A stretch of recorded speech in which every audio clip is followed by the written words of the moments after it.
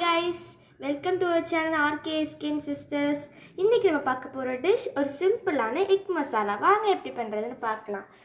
இதுக்கு தேவையான ingredients 2 tablespoon மிளகாய்த்தூள், 1 tablespoon garam masala and 1 teaspoon மஞ்சள்தூள் and then 5 eggs, 4 big onions நம்ம ஸ்மாலா சாப் பண்ணி எடுத்துக்கலாம். நெக்ஸ்ட் 2 பச்சை மிளகாவை இந்த மாதிரி கீறி எடுத்துக்கலாம். அந்த 5 தக்காளியை இந்த மாதிரி சின்னதாக சாப் பண்ணி எடுத்துக்கலாம். ஃபர்ஸ்ட் ஒரு கடாயில் 5 டேபிள் ஸ்பூன் ஆயில் ஊற்றிக்கலாம். ஆயில் ஹீட் ஆனோன்னா நம்ம சாப் பண்ணி வச்சுருக்க ஆனியன்ஸு ஆட் பண்ணிக்கலாம்.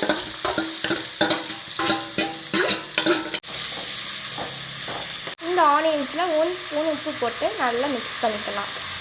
ஆனியன் ஹாஃப் குக் ஆனோன்னு நம்ம கீறி வச்சுருக்க 2 சில்லியை போட்டுடலாம். மாதிரி நம்ம சாப் பண்ணி வச்சுருக்க ஆனியன்ஸை கோல்டன் ப்ரௌனுக்கு வதக்கிக்கலாம். இப்போ நெக்ஸ்ட்டு தக்காளியை ஆட் பண்ணிக்கலாம்.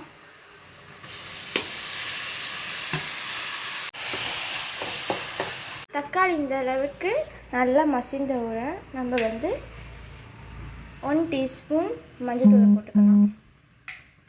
அண்ட் தென் 2 டீஸ்பூன் மிளகாத்தூள்.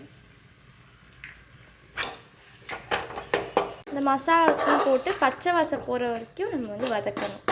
மிளகாத்தூளோட பச்சை வாசனை போனோன்னா கரம் மசாலாவை 1 டீஸ்பூன் டேபிள் ஸ்பூன் போட்டுக்கலாம். தேவையான அளவு போட்டுக்கலாம். மசாலா இந்த மாதிரி நல்லா எண்ணெய் பிரிஞ்சு வந்தோடனே பாயில் பண்ணி வச்சுருக்க எக்ஸை இந்த மாதிரி நல்லா கீறி அதில் ஆட் பண்ணிக்கலாம்.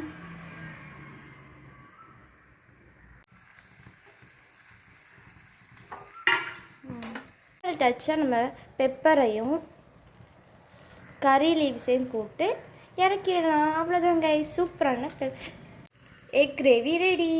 Guys, it's a best side dish for both chapati, dosa and also rice. நாங்கள் இப்போ இதை சப்பாத்தியோடு சாப்பிட போகிறோம். நீங்களும் உங்கள் வீட்டில் ட்ரை பண்ணி எதோட சாப்பிட்டீங்க, எப்படி இருந்துச்சுன்னு கமெண்ட் செக்ஷனில் கமெண்ட் பண்ணுங்கள். மறக்காமல் நம்ம ஆர்கேஎஸ்கேயின் சேனலை சப்ஸ்கிரைப் பண்ணிக்கோங்க.